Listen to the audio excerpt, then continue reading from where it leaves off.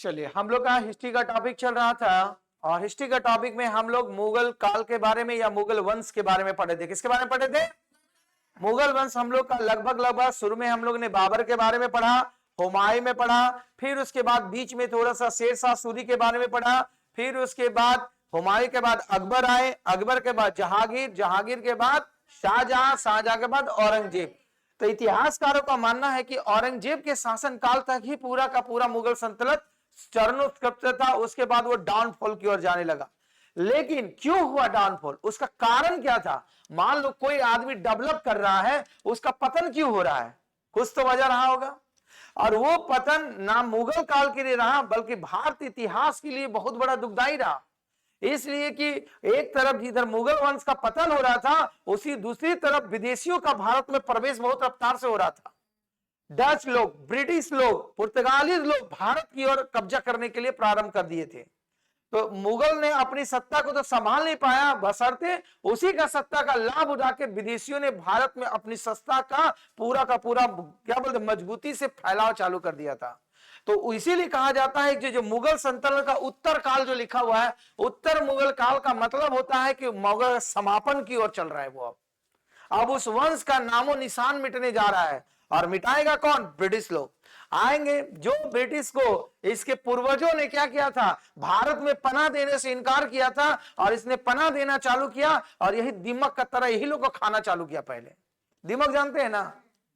किसी से झगड़ा उगड़ा हो और घर में फेंक देना दीमक, है ना?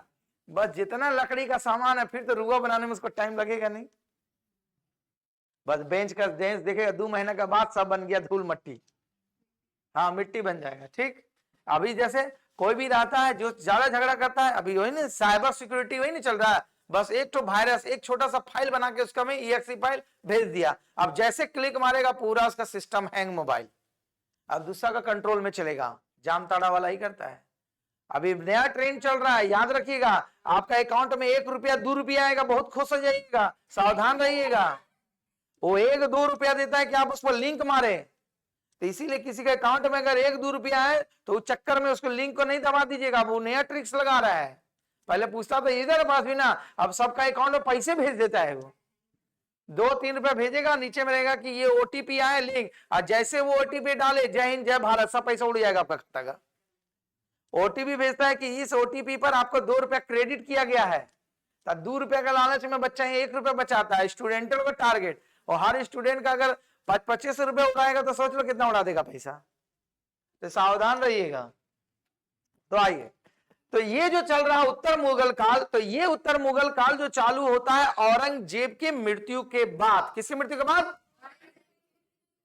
और आप लोग जानते हैं कि औरंगजेब का मृत्यु हो गया था कब? 1707 ईस्वी में। कब हुआ था? 1707 ईस्वी में औरंगजेब की मृत्यु हो गई। और उसकी मृत्यु के बाद जो शासक बने वो औरंगजेब की तरह योग्य नहीं थे। तो औरंगजेब की तरह योग्य नहीं रहेंगे तो उसका पतन निश्चित होगा। तो वही लिखा गया है, देखिए, औरंगजेब के बाद के काल को उत्तर मुगल काल के नाम से जाना जाता है। किस काल के नाम से जानता है? उत्तर मुगल काल। उत्तर मुगल काल मतलब मुगल काल का पतन के नाम से जाना जाता है। और इस काल में कोई भी योग्य नहीं शासक बना। मतलब योग्य कहने का मतलब है आपको जिस पोस्ट की जिम्मेवारी दिया गया है उस पोस्ट के अनुसार आप योग्य नहीं है। सपोज करो आपको ये बना दे झारखंड का मुख्यमंत्री, आप योग्य है? नहीं। कहाँ है, कहाँ जानते पॉलिटिक्स का नॉलेज? पूरा जाएंगे खाली अपना घर द्वार का संपत्ति बटोलेंगे, वो नहीं होगा। तो योग्य कहने का यहाँ सेंस ये कि जिसको जिस पोस्ट के लिए जाए। अब सपोज लोग कोई सिविलियन आदमी भेज देंगे, उसका जाओ आर्मी का जाओ, दौड़ ही नहीं पाएगा 5 किलोमीटर, तो योग्य है? नहीं। वो 1-1 किलोमीटर हाफ रहा है और जान प्राण निकल रहा है, लग रहा है कि उसका फेफड़ा बाहर आ जाएगा। हाँ, दौड़िएगा पहली बार को 1 किलोमीटर, हफ्ते हफ्ते घोलट जाएगा, गिरंडिया में सोच जाएगा, बोला पानी की तरह पानी दो पहले हमको। मांगता है कि नहीं? हाँ, तो इसीलिए अब जो पूरा दौड़ रहा है उसको 20 किलोमीटर जो डेली दौड़ता है 2 किलोमीटर ऐसे दौड़ जाएगा चलते चलते हो। तो उसी तरह पोस्ट की योग्यता के अनुसार, तो मुगल काल में जो शासक बने वो अपनी पोस्ट के अनुसार योग्य नहीं थे। जब राजा बना तो उसके राजा का तरह बहादुर होना होगा, बुद्धिमान होगा, साहसी होना होगा और अपने राज्य का विस्तार करना होगा, तभी तो राजा कहलाएगा। तो लेकिन ये कुछ नहीं था। औरंगजेब के बाद जो गद्दी पर बैठा था उस व्यक्ति का नाम था बहादुर शाह। क्या नाम था? और ये बैठा 1707 ईस्वी में, औरंगजेब का मृत्यु हो गया।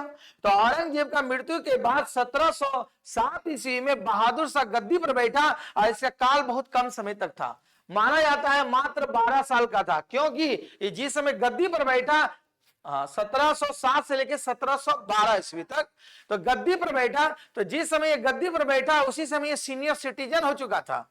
सीनियर सिटीजन मतलब है ना 60 साल की आयु खत्म, एक्सपायरी डेट। तो जब एक्सपायरी डेट हो गया तो पेंशन भोगी हो गया, क्योंकि 63 साल का उम्र में गद्दी पर बैठा देंगे, क्या करेगा वो? क्योंकि जितने भी राजा होना चाहिए पहले टैलेंटेड होना चाहिए। 20 साल 15 साल 11 साल वाला शासन किया है, आप बैठा दिए 63 साल, वो तो थक गया, बोला अब लास्ट में हम क्या गद्दी पर बैठेंगे? तो वही बोला गया। देखो इसीलिए इसे कहा जाता है, बहादुर शाह को कहा जाता है साहे बेखबर। बहादुर शाह किस नाम से जाना जाता है? खबर है क्या हो रहा शासन व्यवस्था को कोई मतलब ही नहीं। जैसे सपोज दैट अभी आप यहाँ थोड़ा बहुत जानते हैं, आपको ऐसे राज्य में नियुक्ति कर दिया जाए जहां आप उसके बारे में कुछ नहीं जानते हैं, तो आप बेखबर न रहिएगा। जैसे अभी गांव कोई बच्चा बहुत कम जाता होगा, अभी गांव के बारे में से क्या नॉलेज होगा?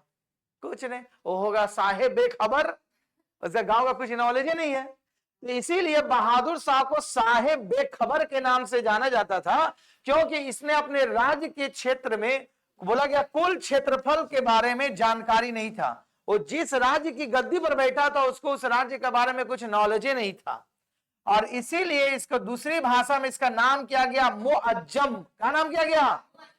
तो मुअज्जम के नाम से कौन जाना जाता है? बहादुर शाह। और इसका दूसरा नाम क्या था? साहेब बेखबर। बोला गया जिस वर्ष शासन पर बैठा उस समय उसकी आयु 63 साल की थी। तो ऐसा माना जाता है मुगल सल्तनत में अब तक सबसे ज्यादा उम्र दराज वाले व्यक्ति बैठे थे, यह सबसे अधिक उम्र वाला शासक था। तो जब साहेब बेखबर था तो जिंदा भी रह के क्या करेगा? इसीलिए बेचारा मरियो गया। 1712 ईस्वी में इसका इंतकाल हो गया। किसका हो गया? बहादुर शाह। 7 में गद्दी पर बैठा, 12 में मर गया। तो 5 साल में क्या किया होगा? ये तो साहेब एक खबरें था, तो बोला चलो नहीं कोई मिल रहा तो बैठ के गद्दी पर बैठेंगे। तो बहादुर शाह का शासनकाल कब माना जाता है? 1707 से 1712। साहेब बेखबर के नाम से कौन जाना जाता है? अब मुअज्जम के नाम से कितने वर्ष की आयु में बैठा था? सबसे ज्यादा उम्र दराज वाला मुगल शासक का नाम बहादुर शाह। आइए इसके बाद अगला शासक जो बनेगा जहांआर शाह। कौन बनेगा? बोला जाता है ये भी एक महान हस्ती था। इसे बोला जाता है मूर्ख शासक के नाम से जाना जाता है। अब मूर्ख शासक कहने का मतलब यह है इसको जितना बेवकूफ बनाना था बना लो। मूर्ख का मतलब ही ना होता है महाराज वहां काम का दरकार है, आपकी जनता बहुत आपकी बड़ाई कर रही है, आपका बर्थडे में उपलब्ध ले जाओ धन संपदा बना लिया, अपने घर में रख दिया, कोई बर्थडे उर्डे नहीं मनाया, ठीक है। आपके राज्य में जनता को ये चीज चाहिए दे दो। तो मूर्ख शासक इसीलिए क्योंकि इसके पास बुद्धि का अभाव था। तो बुद्धि मतलब तो इसीलिए इसे मूर्ख शासक कहता है। और इसका लाभ उठाने वाला जो व्यक्ति था उसका नाम था सैयद बंधु। कौन लाभ उठाया था? तो वही लिखा गया क्योंकि यह अत्यधिक दान देता था और सैयद बंधु की सहायता से यह शासक बना था। क्योंकि ये जब योग्यता नहीं रहेगा तो काल परंपरा कि राजा का बेटा राजा बनेगा, तो बोला मिला है तो बैठा दो गद्दी पर। कहा जाता है तो गद्दी पर बैठेगा और शासन करेगा सैयद बंधु। तो इसीलिए पूरा दान देता था, जितना हुआ पूरा पैसा लूटा। कौन लूटा? सैयद बंधु लोग। और इसका बोला जाता है सैयद बंधु को इसने उपाधि क्या कहा जाता है? राजा निर्माता कहा जाता है। मतलब सैयद बंधुओं की मदद से ये राजा बना था, तो इसको टाइटल मिल गया कि जाओ नृप। नृप का मतलब होता है राजा बनाने वाला, तो दे दिया उपाधि टाइटल, ठीक है। इसके बाद वेरी वेरी इंपॉर्टेंट, यही है मेन इसका टारगेट। हाँ, फर्रुखसियर याद होगा, पॉलिटी जब बता रहे थे फर्रुखसियर के बारे में, तो फर्रुखसियर ही पूरा गेम चेंजर बना। भारत में ब्रिटिश जो मिला, ब्रिटिश का प्रवेश द्वार खोलने वाला ही था। अब तक तो हिल डोल के किसी तरह चला ही रहा था, लेकिन जब मुगल की गद्दी पर शासन पर फर्रुखसियर का जब शासन आया, तभी यहां पर ब्रिटिश को एक रास्ता मिल गया भारत में फैलने का। क्यों मिला, अब कहानी समझना। बोला गया फर्रुखसियर का जो शासनकाल माना जाता है 1317 ईस्वी से लेकर के 1713 ईस्वी से लेकर के 1719 ईस्वी तक। ये जो शासन काल जो माना जाता है, ये भारत इतिहास और भारतीयों के लिए बहुत इंपॉर्टेंट समय था। इसलिए था क्योंकि यहीं से ब्रिटिश लोग को भारत में व्यापार करने का परमिशन ले लेता है, और ब्रिटिश सत्ता जब परमिशन ले लेता है तो खुल के अपना साम्राज्य का विस्तार करता है। ठीक है, तो बोला गया है इसने सैयद बंधुओं की सहायता से जहां आरा शाह की हत्या कर दी और इसे घृणित कर, क्योंकि वो जांचता था, सैयद बंधु चाहता था गद्दी पर बैठाएंगे, जो पैसा उसको देगा उसी गद्दी पर बैठाएंगे। तो ये भी गद्दी पर बैठा दिया। किसको बैठा दिया? फर्रुखसियर को। और फर्रुखसियर गद्दी पर कब बैठा? 1713 में, डेट नहीं भूलेगा, 1713 से 1719 तक गद्दी पर बैठा। लगभग 6 वर्ष तक नहीं रहा, लेकिन ऐसा ऐसा कांड कर दिया जो भारतीय इतिहास आज भी इसको जानता है। बोला गया है 1717 ईस्वी के दौरान इसको एक बीमारी हुआ फर्रुखसियर को। उस बीमारी का नाम था चेचक, जिसको बोलते हैं ना स्मॉल पॉक्स, ठीक है, पर बोलते हैं। बीमारी जब हुआ तो उस समय भारत में कोई ट्रीटमेंट करने वाला नहीं था। तो जैसा कि आप जानते हैं कि धीरे धीरे भारत में ब्रिटिश एम्पायर, डच, पुर्तगाली लोग भारत आ गए थे। तो बोला डॉक्टर कहां से लाया जाए, किसको बचाना था? फर्रुखसियर को। तो फर्रुखसियर को पता चला एक ब्रिटिश डॉक्टर है जो वो बहुत अच्छा इलाज करता है, और उसी को इलाज के लिए आया दरबार में। किसके दरबार में आया? फर्रुखसियर के दरबार में आया। तो जब फर्रुखसियर के दरबार में आया, उस डॉक्टर का नाम था डॉक्टर हैमिल्टन। क्या नाम था? याद रखिएगा, ये हैमिल्टन जो था वो सबको हेलमेट पहना दिया, जितना भी भारतीय था। तो देखो, ये डॉक्टर हैमिल्टन जब आया इलाज करने के लिए फर्रुखसियर का, तो उसका ट्रीटमेंट कर दिया। अब ये तो था पूरा दानवीर, अपने तो लता नहीं था फर्रुखसियर। बोला क्या चाहिए? तो ये तो फिराके में था कि बोले और हम कुछ उससे मांगे। तो देखो क्या बोला, जब हैमिल्टन ने उसका इलाज किया, तो जब वो फर्रुखसियर ठीक हो गया, तो खुश होकर अंग्रेजों को बंगाल के हित में 3000 रुपया प्रति वर्ष कर पर व्यापार करने का परमिशन ले लिया। बोला कि सालाना पूरा बंगाल में मिलेगा, आपको जाइए क्या करने के लिए? व्यापार कीजिए, और सालाना क्या मिल देने के लिए राजी हुआ? फर्रुखसियर बोला मात्र हम लोग अभी गरीब हैं, 3000 रुपए देंगे। देखते कहीं जाते काम निकलवाना है, पैसा कौड़ी नहीं है, दे दीजिए किसी। और अगर पूरा जाइएगा सूट बीट 4 व्हीलर से उतरिएगा तो कम करेगा पैसा? नहीं, आज जाइए पुराना कपड़ा वपड़ा पहन के साइकिल पैडल वैडल मार के दुकानदार में कम पैसा कर देगा। डॉक्टर फर्रुखसियर, ये लोग तो पहले से प्लानिंग था, क्योंकि जो भी बंगाल में इसे औरंगजेब किया था तो हाथ सब छीन छान लिया था, अगले लोग को भगा दिया था। तो जब फर्रुखसियर को ठीक किया तो बोला इसको आप कैसे बंगाल पर शासन किया, तो ब्रिटिश लोग समझ गया अब ये मौका है। तो वो एक घोषणा पत्र लिखवा लिया, और घोषणा पत्र पर फर्रुखसियर का मोहर लगवा लिया। बोला कि अब हम ठीक हो गए, तो बोला हमें बंगाल में परमिशन करनी मिल जाए, और जितना भी हम आमदनी करेंगे उसको टैक्स के रूप में आपको मात्र सालाना 3000 रुपया मिलेगा। कितना मिलेगा? 3000। फर्रुखसियर राजी हो गया, बोला जाओ करो, ठीक किया तो क्या हुआ। लेकिन इसका पीछे की मंशा बहुत खतरनाक थी ब्रिटिश लोग का, क्योंकि वहीं से वो पूरा भारत में फैलना चालू करेगा। तो देखो, यही बोला जाता है कि छोड़ दे दी, और इसी को इतिहास में कहा जाता है अंग्रेजी शासन का मैग्ना कार्टा।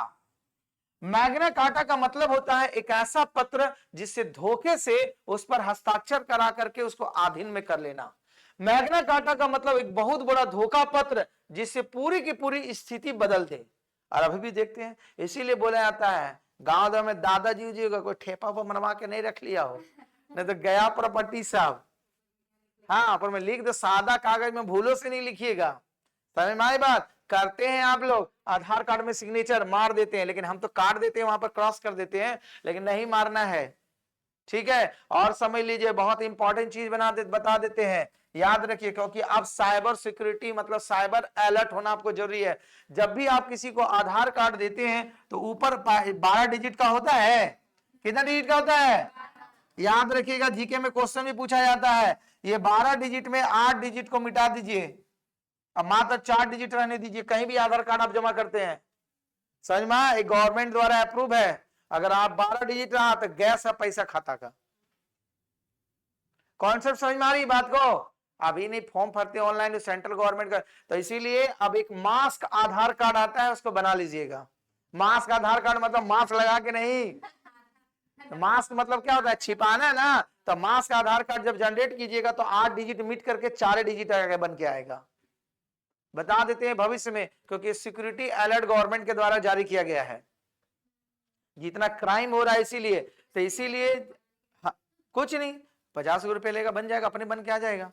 तो कहीं भी, इसीलिए बैंक में जब जाओगे तो देखो बैंक में सब काट देगा, वो 4 को डिजिट 8 डिजिट आपका मिटा देगा, वो 4 ही रखेगा। समझ में आया? उसको 4 डिजिट से मतलब है, वो रिकॉर्ड बाकी सब ले लेगा। QR स्कैनर होता है ना, ले लेगा। आप किसी का है ना करोड़ों रुपए ने घोटाला हुआ, ठीक है, बता दे रहे, याद पड़ रहा, क्योंकि यहाँ धोखेबाजी का सीन आया, इसलिए धोखेबाजी वाला बता दिए। क्योंकि यहाँ धोखेबाजी कौन कर रहा है? Doctor Hamilton. देखो तो पेशा से डॉक्टर था, डॉक्टर धोखेबाजी करता है, करता है। अभी तो वही परंपरा चल रहा है, देगा ऑपरेशन थिएटर में सुता देगा, बोलेगा पैसा जमा करो, जब तक मर गया है पेशेंट तो ये पैसा जमा करो। अब फिर उसके बाद क्या किए, ट्रीटमेंट किए, जिंदा नहीं रह पाया, मर गया, गया 5 लाख रुपया।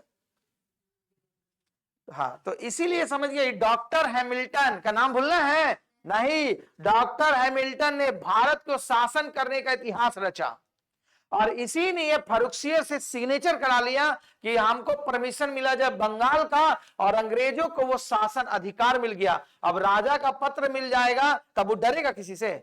अगर मुख्यमंत्री जी आपको सिग्नेचर करके दे देते हैं, जाइए जिस यूनिवर्सिटी कॉलेज में पढ़ना पढ़ो, एक को पैसा नहीं देना, जाके वहां गला में ID कार्ड बिना परीक्षा दिए देखते हैं किसका है, ये मंत्री साहब का है, अब कहीं पैसा नहीं लगेगा, लगेगा नहीं। तो मंत्री जी आए तो सिग्नेचर से करवा लीजिए, ये थोड़ा सा सिग्नेचर कर दीजिए, क्या बोलते ऑटोग्राफी, वो लोग ऑटोग्राफी नहीं देंगे, ठीक है। तो आए तो पैड में लिखवा के रख लीजिए।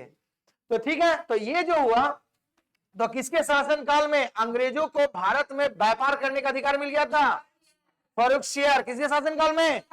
और कब मिला था? 1717 ईस्वी में। कब मिला था? 17 ईस्वी मिला था। तो देखो उसी समय 1717 ईस्वी में भी मराठा पेशवा जिसका नाम था बालाजी विश्वनाथ ने एक संधि किया, जिसे उसे छत्रपति का उपाधि दे दिया। कौन? फर्रुखियर। बोला गया कि 1717 ईस्वी में मराठा लोग भी अपना साम्राज्य को विस्तार कर रहे थे दक्षिण भारत में, तो बोला गया मराठा पेशवा जिसका नाम क्या था? बालाजी विश्वनाथ ने संधि की और उसे छत्रपति के पद को मान्यता दे दिया। कौन दिया? फर्रुखियर, क्योंकि दिल्ली की गद्दी पर अभी फर्रुखियर ही बैठा हुआ है। और इस संधि को मराठा सरदार का भी मैग्ना कार्टा कहा जाता है। तो जब संधि हो गया तो झगड़ा होगा? नहीं होगा। आप किसी से दोस्ती कर लीजिएगा तो झगड़ा कीजिएगा जल्दी? नहीं। तो देखो इधर मराठा भी चाह रहा था दिल्ली गद्दी पर, और इधर ब्रिटिश भी चाह रहा था। अब समझ में आ रहा है इसका पतन कैसे हो रहा है? तो दोनों, इसीलिए फर्रुखियर पूरा का पूरा गेम चेंजर बना भारत का। आगे चल के बोला गया इसके बाद जो शासक बनेगा उस शासक का नाम रहेगा मोहम्मद शाह। अगला शासक जो बनेगा उसका शासनकाल कब माना जाता है? 1719 से लेकर के 1748 तक। 1719 से लेकर के 1748 के शासनकाल को किसका शासनकाल माना जाता है? मोहम्मद शाह। और इसी को कहा जाता है रंगीला बादशाह। रंगीला, समझते हैं ना? ये डीजे उजे खूब देखता था, नहीं मुड़वा बोला डांस नहीं देखते रहो। और यहाँ कौन है? देखा इधर फूकने वाला फूक रहा है, रहता था ना इतना बड़ा दरबार में, कह रहा था तंबाकू फूकने वाला, आदत तो डराइए दिया था। हुक्का जिसको बुलाते हैं, हाँ हुक्का, सही बोले। हाँ अभी भी होगा। पुराना जमाने वाले जितने भी थे सीनियर सिटीजन, बस उसमें डाल के यहाँ पर आग ही जलाएंगे, आज भुड़ भुड़ भुड़ भुड़ मारेगा, फूक रहा है। हाँ हुक्का इसको बोला जाता है। बहुत डेंजर था, कहा इसमें डालता हमको पता नहीं, लेकिन कुछ डाला जाता है। तंबाकू ही डालता होगा। अरे हाँ डाला जाता है, क्या कुछ होता है डालने वाला? हम देखे थे पहले, अभी तो नहीं देखे। तो बस इधर फूक रहा है, उधर नीट डांस देख रहा है, ठीक है। तो रंगीला बादशाह के नाम से कौन जाना जाता था? मोहम्मद शाह। इसलिए कहा जाता था ये नाच गान का बहुत शौकीन होता था, मैं डांस का बहुत शौकीन हुआ करता था। तो दास दासिया रहता था तो बोला डांस करो, फूका रहे, बोले लाश महाराज आक्रमण किया, अरे जाओ लड़ो तुम लोग, हम यहाँ ले रहे, लड़ता ही नहीं था। तो इसीलिए इसको बोला गया रंगीला बादशाह। जैसे अभी मान लो डीजे बज रहा, सर आ रहे 10 मिनट डांस करके उधर पहुंच गया। जब पढ़ाई तो करते रहेंगे, अभी यहाँ पर आ जाए बड़का को डीजे बजाए वाला तो भाग जाइएगा सर। आ रहे 2 मिनट से पढ़ाएंगे, नहीं जाने देंगे तो उधर गाना दिमाग में है, कान में गाना आ रहा है वही चीज। हाँ जब बोले कहाँ पढ़ रहे हैं तो बोला हाँ सर इधर है। ऐसा होता है ना फीलिंग, तो कोई भी इंटरेस्टेड चीज अगर म्यूजिक सुनते हैं तो अट्रैक्शन कर लेता है वो। तो उसी तरह रंगीला बादशाह जो था ये गान का बहुत डांस का शौकीन था, इसीलिए इतिहासकार ने इसका नामकरण कर दिया। कौन सा नाम किया? रंगीला बादशाह। तो रंगीला बादशाह के नाम से कौन जाना जाता है? मोहम्मद शाह। वास्तव में इसका वास्तव में जो मूल नाम था उसका नाम था रोशन अख्तर। क्या नाम था? रोशन अख्तर। बोला गया इसके समय में मुगल साम्राज्य बिखराव में तेजी से प्रारंभ हो गया था। और क्यों तेजी से हुआ था? वजह ही था कि ध्यान नहीं दे रहा था। ये बेचारा बोल रहा आक्रमण कर रहा था, करो। बोले हम क्या करें, हमारे ऊपरे वाला दे दिया परमिशन। अब मान लो फर्रुख सिंह तो पहले परमिशन दे चुका था, अब बंगाल छूट के उधर व्यापार कर रहा, इधर मराठा लोग कर रहा, आक्रमण कर रहा, तो बोला हम क्या करें, जो है शासन कर रहे हैं। तो ऐसा नहीं, अपने साम्राज्य को लड़ना चाहिए जैसे जैसे पूर्वजों में लड़ा, लेकिन ऐसा नहीं किया। तो इसीलिए रंगीला बादशाह के नाम से बोलेंगे तो दूसरा नाम क्या होगा? कस के बोलो, रोशन अख्तर। उसके बाद बोला गया कि इसी के दौरान एक व्यक्ति था जिसका नाम था मुर्शी कुली खां, जो था बिखराव जो होगा धीरे धीरे सब राज्य टूटने लगेगा। मतलब बंगाल अलग होने लगेगा, अवध अलग होने लगेगा, हैदराबाद अलग होने लगेगा, सब ये दिल्ली से धीरे धीरे टूटने चालू हो जाएंगे। किसके शासनकाल में? मोहम्मद शाह के शासनकाल में। तो इसी क्रम में एक व्यक्ति रहता है जिसका नाम था मुर्शी कुली खां ने स्वतंत्र बंगाल को अलग कर लिया। किसे अलग कर लिया? दिल्ली से। दूसरा था शहादत खां जो अवध को अलग कर लिया, अवध राज्य को। इसे अब इसके बाद निजामुल मुल्क ने हैदराबाद को अलग कर लिया। तो मतलब इसके शासन के दौरान जो सत्ता थी धीरे धीरे टूटने लगी और स्वतंत्र होने लगी। कौन सा सही मारे? क्योंकि ये कौन था? रंगीला बादशाह था। इसीलिए ज्यादा गान उन पर अभी आप लोग इसलिए बोलते हैं डीजे उजे पर ध्यान कम दीजिए, थोड़ा पढ़ाई लिखाई पर ध्यान किए तभी ना योग्य बनिएगा। अगर किसी एग्जाम के लिए, जब एग्जाम है, अरे पढ़ते तो डेली है, ये एक दिन नहीं पढ़ेंगे तो क्या होगा? डायलॉग मारिए देते हैं आधा बच्चा। एक दिन आप पढ़ने का मन होगा तो रूम में बैठे लोगा, क्या हुआ एक दिन नहीं पढ़ेगा तो कब बिगड़ जाएगा? डायलॉग सुना देता है, चलो मेरे साथ मार्केट। एक दिन जाना बड़ी बात नहीं है, वो जो लय होता है वो टूटता है। अगर आपका पढ़ने का लय एक बार टूट जाएगा ना, जैसे होता है ना ब्रिज टूट गया तो फिर जोड़ने में टाइम लगता है। वही स्टूडेंट का दिमाग है। खाली स्टूडेंट का दिमाग को भटकाने का एकदम सिंपल तरीका है। अगर आपको लॉज में आप लोग को डिस्टर्ब करता है, पढ़ रहा, चलो घूमने के लिए, 2 दिन उसको घुमाओ और खिलाओ, तीसरा दिन से तो मन छटपटीते रहेगा, 2 दिन वो नहीं पढ़ेगा। फिर उसके बाद चौथा दिन से बैठेगा, कहीं नहीं जा रहा, नहीं जाएंगे, पढ़ो ना बैठ के। तो इसीलिए ये जो जब शासन चलाया तो इसीलिए रंगीला बादशाह के समय में बंगाल अलग हुआ। अलग करने वाला व्यक्ति का नाम क्या था? याद है? बोल कर से बोलो, मुर्शी। फिर उसके बाद अवध को अलग करने वाला शहादत खां और हैदराबाद को अलग करने वाला निजामुद्दीन मुल्क। याद रहेगा। और ये किसके शासन काल में अलग हुआ था? मोहम्मद शाह का दूसरा नाम रोशन अख्तर। रंगीला बादशाह के नाम से कौन जाना जाता है? ठीक है। इसके बाद इधर तो ये अलग हुआ, इधर तो इधर इंतजार कर रहा था मराठा लोग भी, काहे पीछे रहेगा। तो बोला गया 1737 ईस्वी में मराठा पेशवा बाजीराव प्रथम ने बोला मात्र 500 घुड़सवार लेकर दिल्ली पर आक्रमण कर दिया। बोला ये तो अब कोई काम का है, ये नहीं, हमला करो। बोला हमला कर दिया। कौन आक्रमण किया? बाजीराव प्रथम आक्रमण किया और मोहम्मद शाह से अधिक धन का मांग किया। बोला नहीं दोगे तो हम मार देंगे। ताकि तो दुश्मनी पहले चल रहा था औरंगजेब के समय में, क्योंकि शिवाजी का बेटा को मार दिया था संभाजी को, तो पहले जानी दुश्मन है। तो इसीलिए ये मोहम्मद शाह पर चढ़ाई कर दी और वचन मांगा कि अगर कोई विदेशी मेरा ऊपर आक्रमण करता है तो बचाने भी आना पड़ेगा। तो बोला गया उसने यह वचन दिया कि कोई भी विदेशी आक्रमण के समय कौन करेगा? उसकी मदद करेगा। ये परमिशन भी ले लिया। ठीक, तो देखो धीरे धीरे अलग हो रहा। तो इसीलिए अगर गांव में जमीन जायदाद है तो सालाना में देखने जरूर जाना। अगर 2 साल नहीं रहा तो सब 4 को दबंगे आके वो जमीन में ले लेगा, आप कुछ नहीं कर पाइएगा। कर पाइएगा? आप बोले जहां आपको डायलॉग सुनाएगा, जहां है वहीं जाओ। यहाँ के गांव में आया 10 साल बाद अभी जमीन हमसे मांगेगा। ठीक है, तो मोहम्मद शाह के बारे में समझ में आ गया। फिर इसके बाद मोहम्मद शाह का जो अगला है, अभी खत्म नहीं हुआ, 1339 ईस्वी में, सॉरी 1300 बार बार आ रहा, 1739 ईस्वी में एक खतरनाक आदमी भारत की ओर निगाह करके बैठा हुआ था, जिसे कहा जाता था नेपोलियन। नेपोलियन कहा जाता था उसे ईरान और एशिया देश का, और जिसका नाम था नादिर शाह। ये भी उधर से नजरें गड़ाए भारत पर बैठा हुआ था कि कब हमको भारत पर आने का मौका मिले, और ये मौका इसको मिल गया। किसके समय में? शाह के समय में। क्योंकि इसे कहा जाता था एशिया और ईरान का नेपोलियन। नेपोलियन मतलब होता है जिसको अभी हरा नहीं पाया युद्ध में, तो ये पूरा तो लड़ने में पूरा था, इसको कोई पराजित नहीं कर पा रहा था, और भारत पर उसी समय आक्रमण किया। तो नेपोलियन नादिर शाह ने दिल्ली पर आक्रमण किया, और आक्रमण करने के बाद इसने क्या किया, यहां जो इसका पूर्वजों ने जो बनाया था सिंहासन, कौन सिंहासन, उसको ले गया। अब बोला आए हैं तो हम कुछ लेकर जाएंगे, क्योंकि नाम है मेरा नादिर शाह। क्या नाम है? तो बोला कहा है, सब तो लूटिए ले रहा हमसे। मोहम्मद बोला उधर मेरे को लीड बंगाल उंगाल सब लूट लिया, मराठा। बोला बस एक पूर्वजों की निशानी बचा हुआ है, उसका नाम क्या है? अरे तो आइए, कोहिनूर हीरा। बोला सिंहासन, पहले मयूर बोला ठीक है, क्या देगा तबे छोड़ेंगे। कौन बोला? नादिर शाह। तो वो कोहिनूर हीरा ले गया अपने साथ भारत से, और मैं बोला ये बोले बहुत अच्छा लग रहा, कुर्सी पर तुम बैठेगा, हम यहाँ पर आए आक्रमण करे। बोला उतरो जल्दी कुर्सी से, नहीं तो हम मारिए देंगे। आज जने हाँ, तो बेचारा सिंहासन सहित उसको उठा के ले जा रहा था। तो बोला कम से कम हमको रहने दीजिए भारत में। बोला नहीं जाएगा तो सिंहासन से ले जाओ। हाँ दिखता है, मतलब नहीं छोड़ेंगे नहीं छोड़ेंगे, झगड़ा करते। देखो बच्चा लोग कुर्सी निकाल दे, कुर्सी से उठा के यहाँ बैठो। तो इसको भी कुर्सी सहित लेके चल जा रहा था। किसको?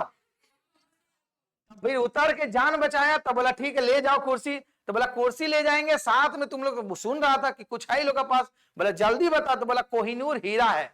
तो बस कोहिनूर हीरा और क्या बोल गया, मयूर सिंहासन, दोनों लेके चला गया। कौन?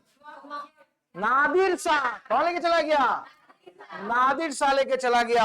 और इस प्रकार मयूर सिंहासन पर बैठने वाला मुगल अंतिम शासक जो पढ़ाए थे, कौन है? अब मयूर सिंहासन बनाया कौन था? जहांगीर। भुला गए? जहांगीर ने बनाया था, दीवाने आम और दीवाने खास, दीवाने आम में बैठने के लिए। तब अब बेचारा इतना बचा के रखा है, ले गया। तो मुगल वंश का अंतिम शासक जो था मयूर सिंहासन पर बैठने वाला कौन था? और कोहिनूर एरिया भारत से लेके कौन गया? नादिर शाह। उस समय किसका शासन काल चल रहा था? मोहम्मद शाह का। अब बेचारा एक गम में तड़प गया, बोला कुछ बचा ही नहीं हुआ, जो आ रहा हमको लूट के ले जा रहा है। इधर मराठा आ रहा है, इधर बंगाल, अवध, हैदराबाद सब ले जा रहा, और जो कुछ बचा हुआ था विदेशी भी आक्रमण कर लिया। तो गम में ये मर गया। तो मोहम्मद शाह का जो मृत्यु हो गया कब हुआ? 1748 ईस्वी में। कब हो गया? 1748 ईस्वी में मोहम्मद शाह का देहांत हो गया। ठीक, तो ये था मोहम्मद शाह। तो देखो फॉरेक्सियर्स जो भारत में ब्रिटिश का प्रवेश द्वार दिया, ठीक, वो भी ट्रीटमेंट के कारण डॉक्टर हैमिल्टन, क्या नाम था उसका, वो परमिशन दिया। फिर उसके बाद मोहम्मद शाह जो आया सब राज्य जो अलग लूट के लेके चला गया। इसके बाद जो बनेगा शासक जिसका नाम रहेगा क्या? अहमद शाह। तो इसका बस थोड़ा सा क्लास लगेगा, कल हम खत्म कर देंगे। ठीक है, आज यहीं तक, धन्यवाद।